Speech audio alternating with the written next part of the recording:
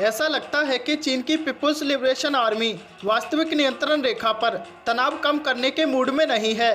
कई दौर की बातचीत के बावजूद वह तनाव को कम करने की बजाय उसे बढ़ाने पर तुला है।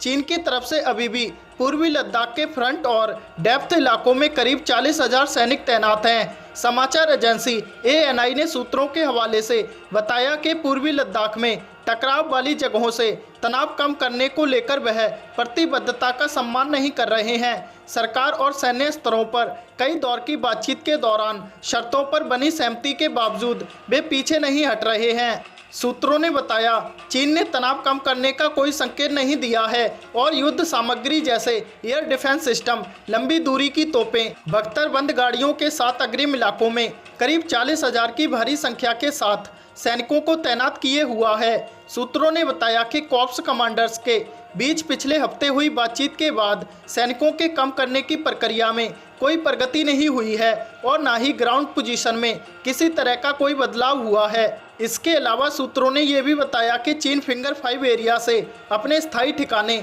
सिरजिप पर ना जाने पर अड़ा हुआ है और वह फिंगर एरिया में ऑब्जर्वेशन पोस्ट बनाना चाहता है।